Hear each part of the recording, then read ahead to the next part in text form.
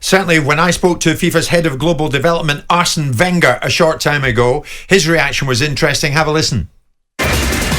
talkSPORT exclusive. Well, I would say that's a bad idea. You know, football has to stay united. That is the most important thing, and based on sporting merit and overall to respect the history that has been built for European football. And that I believe personally that this idea will not go far. But people are resigning all the time. Ed Woodward this morning has resigned from the ECA. So, I mean, they are moving on this, Arsène.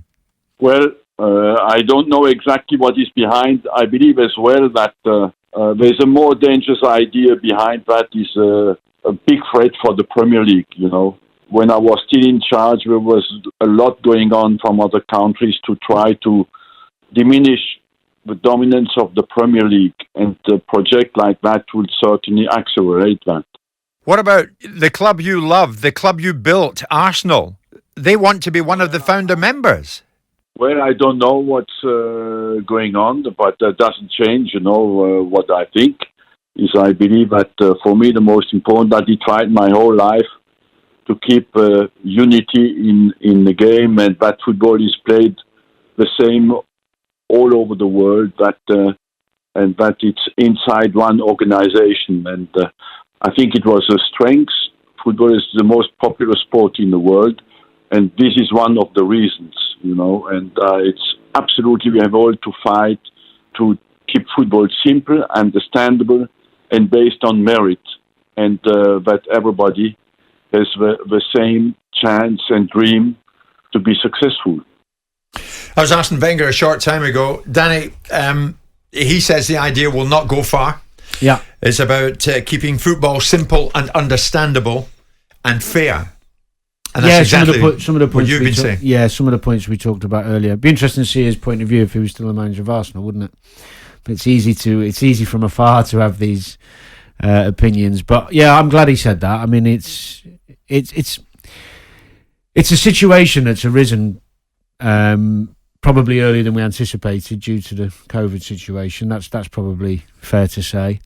And it's ultimately what Simon alluded to earlier, which is the big clubs trying to exert some power to fill their pockets back up because they know they've lost so much money. And this is one way of doing it if this was to happen, or UEFA come to the table and distribute the wealth in a different way. It's as simple as that, really. So, Danny, how are you feeling this morning if you're Kevin De Bruyne at City, if you're Bruno Fernandes at Manchester United, two of the clubs? I'm feeling very happy. Who said, yes, we're in. Because I'm really wealthy. Because I'm still playing football. Because players who play in the proposed Super League have been told that they will be banned from representing their countries in the European Championship and the World Cup. It's not going to get to that. No, it's not going to get to that. What person who enjoys and loves football, or even in the hierarchy of football in these organisations, is going to want to take away young lads' dreams of playing for your country? You know, what does that say? What does that? It's not going to happen. You're not going to get to a position where you're going to be telling Harry Kane he can't play for England. You're not going to get to a position where FIFA, that only allow World Cups that can generate 15 billion worth of revenue, are going to take the major stars out because of a conflict that's happening at this level.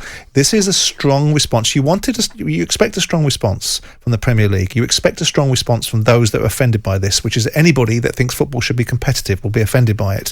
What these 12 clubs have done is put forward their very best foot to tell you that they mean this, and they're going to break away if they don't get what they want. We want this, and this is what we're prepared to do. So we've done all our casework. We've proved that we can get JP Morgan to fund it. We've proved that we can break the ECE, the European Club Alliance. We've put the wind up everybody. So we really mean it. And if we can get it, we'll have it. But here comes the riposte.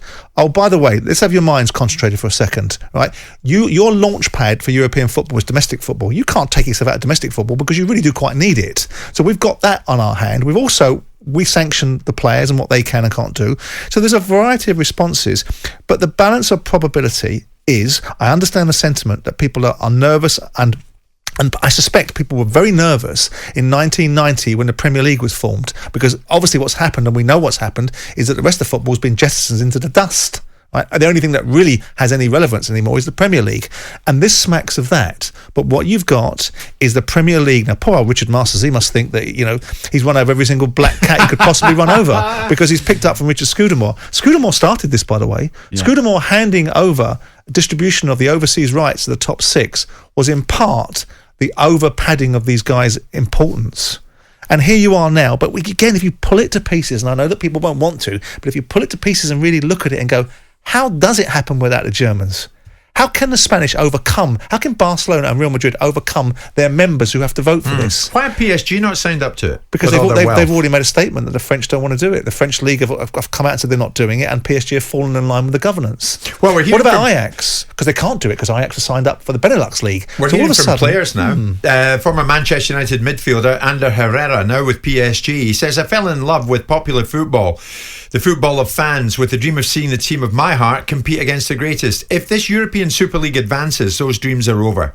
The illusions of the fans of the teams that are not giants of being able to win on the field competing in the best competitions, that will end. I love football. I cannot remain silent about this. I believe in improved Champions League, but not in the rich stealing what the people created, which is nothing other than the most beautiful sport on the planet. But Jim, I heard that. I heard Gary Neville's trot out of all the rant that he gave, and some of it was really good. And I imagine when he got Peter Lim, the billionaire, to come and fund Salford, it's because he loves Salford and couldn't wait to see Salford High Street and doesn't want his club to be an elite club. But this is the game. When this game started paying people $100,000 a week, it departed from the shores of being the game for the people. Right? It's about ugly money sometimes. And unfortunately, the reasons why we're here is because the cost implications of football, the game has changed. It's changed. Your lot in 1992 changed it with the proliferation of funding into football. Agents come along and ramped up the narrative even more. And then this endless cry, we must have the next billionaire owner. We must have the next £100 million transfer. We must have players on $300,000 or $400,000 a week because that's fair and equitable for what they're getting paid. All of a sudden, not this way, by the way, but how does this get paid for? How does, Simon, I take your point. By the way, Danny, these 12 clubs, and hear me clearly, I'm not advocating this. I think this is relatively deplorable, right? But these 12 clubs, the year before COVID, lost 1.2 billion. Yeah. Who's gonna pay for this?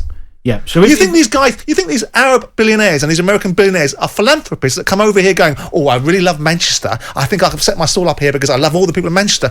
They buy these football clubs because they have their own reasons, motivations and financial returns. And the only people apparently that are not allowed to make money out of football are owners. That's greed and disgusting. But why have they got to go and get this money? Because they've got to give it to the bloody players. So how do we fix that? Because the clubs in-house aren't going to do it themselves, are they? I'll tell you what, we'll set the boundary. This might be a way to fix it, actually, because you know what? Here's a horrible, reverse, ironic scenario. Boot them all out, right? Let them go and play in this European Super League, right? Have 14 teams in the Premier League, promote 6 from the Championship. Yeah. Sky will come along with their moral outrage and say, we ain't paying 1.5 billion anymore for this crap, right? So that'll go down, and all of a sudden there'll be a downward pressure on player salaries, and all of a sudden you'll have an economic landscape that actually works. Yeah, Wenger says this is dangerous and it won't go far. You agree with that? Well, I said it from the top, didn't I? Yeah. This is not going to go where it's going to go. Right. But what it does is it gets people on the move, and if you want to negotiate with someone, you look like you mean it. So what happens, before we go to the break, Simon, what happens when Woodward, Agnelli and the others come back and say, sorry about that?